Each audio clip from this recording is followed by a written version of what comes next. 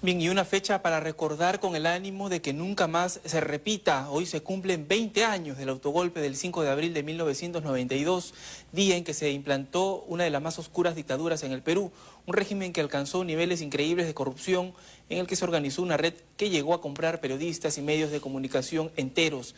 Veamos el siguiente informe especial de David Ponce de León.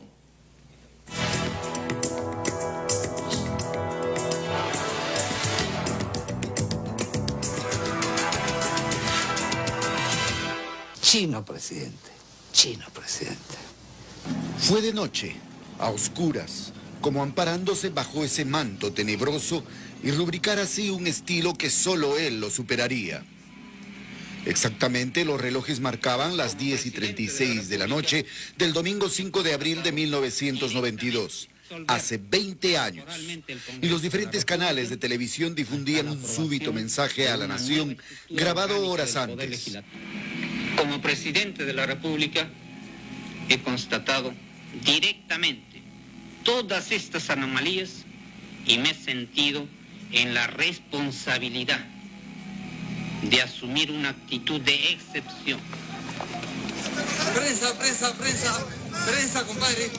Primero, disolver temporalmente el Congreso de la República. ¿Cuál es la orden, jefe?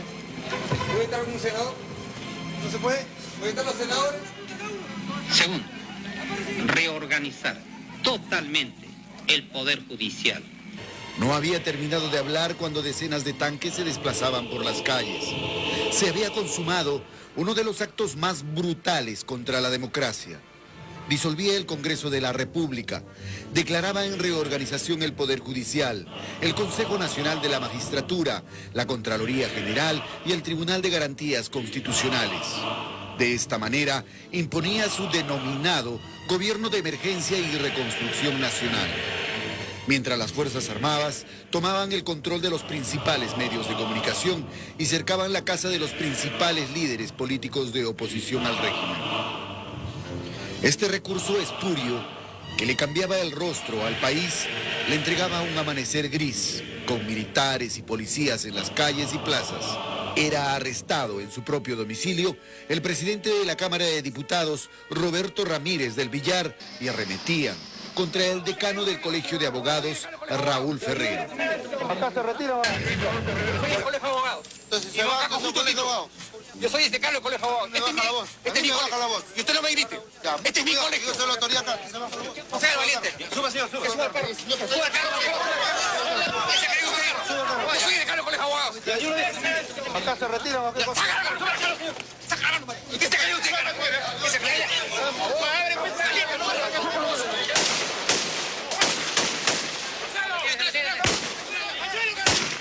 Igual ocurría con el presidente de la Cámara de Senadores, Felipe Osterling.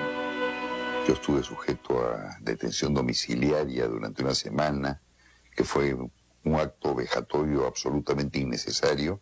Mientras el mundo contemplaba atónito cómo se cometían tropelías en nombre de la reconstrucción nacional, Sendero Luminoso terminaba por exasperar con sus crímenes contra el país y contra la fuerza pública.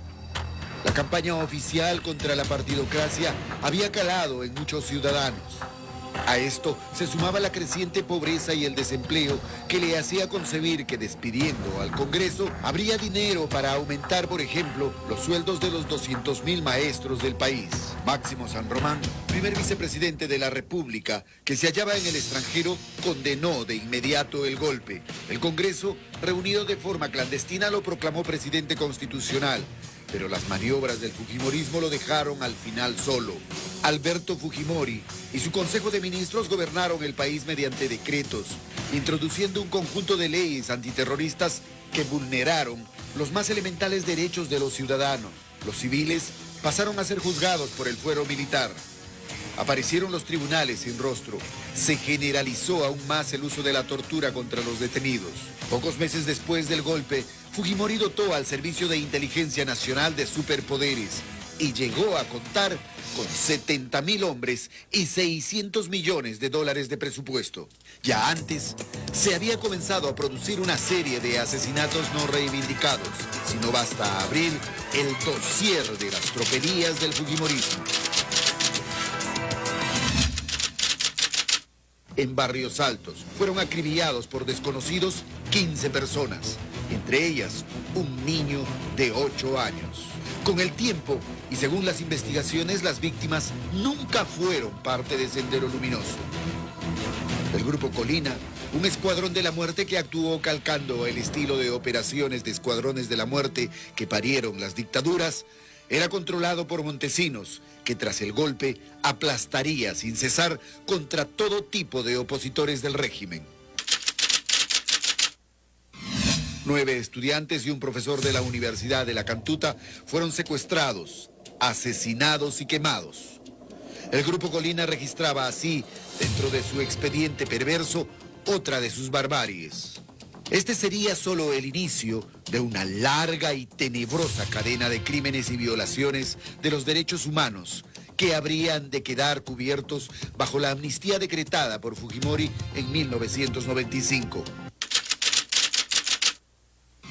Se descubre uno de los más horrendos asesinatos. El cuerpo de Mariela Barreto, integrante del servicio de inteligencia, aparecía descuartizado, seccionado en un costal. De acuerdo a los peritos, fue torturada y descuartizada mientras estaba viva. Su delito, haber proporcionado información a la prensa sobre una serie de atrocidades del Grupo Colina. Luego le llegaría el turno a Leonor La Rosa, también integrante del servicio de inteligencia, a quien tras secuestrarla, la abandonaron dándola por muerta después de someterla a brutales torturas. Pero la ex agente sobrevivió y aún desde el hospital amplió con lujo de detalles la información que había facilitado a la prensa sobre cómo funcionaba la macabra estructura del servicio de inteligencia. Poco después, en abril de 1997, Frecuencia Latina se atrevió a difundir declaraciones de Leonor La Rosa, quien reveló cansada de las atrocidades que ejecutaban y filtró información de ese siniestro organismo y que permitió develar la besanía con que operaban contra periodistas y políticos opositores del régimen. En el 2000, tras triunfar en las nuevas elecciones presidenciales a través del fraude, Fujimori comenzó a diseñar una ampliación de una amnistía para los militares, proponiendo que esta fuera aplicada no solo para los excesos cometidos durante la lucha contra la subversión, sino también para los registrados en la lucha contra el narcotráfico. Mientras, el saqueo inescrupuloso de una inmensa cantidad de recursos del erario nacional de un país miserable proseguía. Luego, cuando ya muchos veían un tercer periodo como un hecho consumado, el régimen se vino súbitamente abajo. Son varias las razones que explican esa caída. La movilización ciudadana, harta del abuso y de la corrupción. El video que mostró lo que todos sabíamos. Y el cuestionamiento internacional por la realización de unas elecciones que no podían ser calificadas de libres y justas. Fujimori, aprovechándose de un viaje oficial, huyó del país. Luego de una patética y desesperada búsqueda de las famosas maletas con los videos que lo incriminaban. Una vez en el Japón, renuncia a la presidencia vía fax. Tal vez, por primera vez en la historia, no hubo borrón y cuenta nueva. La voluntad política del presidente de Transición Democrática, Valentín Paniagua, y un grupo de sus colaboradores y unos cuantos jueces, fiscales y procuradores, a quienes no les tembló la mano, aplicaron la ley a todos por igual, incluyendo a exministros, altas autoridades de los poderes del Estado, generales, algunos empresarios, entre otros. Cerca de 350 personas, entre ellas militares, líderes políticos, parlamentarios, jueces, banqueros y empresarios, dueños de estaciones de televisión, aparecieron gravemente comprometidos en el colosal montaje de corrupción, gracias a los videos filmados por el propio Montesinos. Más de 40 investigaciones se abrieron en distintos órganos de justicia con una veintena de personas sometidas a arresto domiciliario. Decenas con prohibición de salir del país y otras tantas con orden de búsqueda y captura. Varios altos oficiales militares fueron detenidos. Walter Chacón, José Villanueva Ruesta, Nicolás de Bari Hermosa, Fernando de Anderas, Roberto Guamán, los máximos responsables de regiones militares claves como Juan Yanqui y Luis Cubas.